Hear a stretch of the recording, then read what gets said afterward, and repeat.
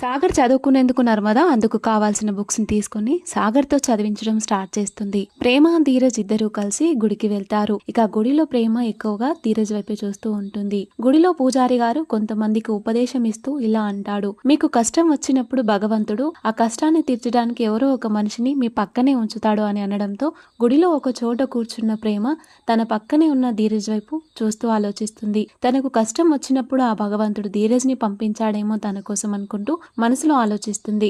అయితే తన కోసం ధీరజ్ ఇంతలా కష్టపడుతుంటే తాను కూడా ఏదో ఒక పని చేయాలని నిర్ణయించుకొని మనసులో జాబ్ చేయాలని నిర్ణయించుకుంటుంది. ఇక అందులో భాగంగా తన చేతి వేళ్లలో రెండింటిని చూపెడుతూ ఈ వేలు వస్తే జాబ్ చేయాలని, రాకపోతే చేయకూడదని ఆలోచించుకొని వెంటనే ధీరజ్ దగ్గరికి వెళ్తుంది.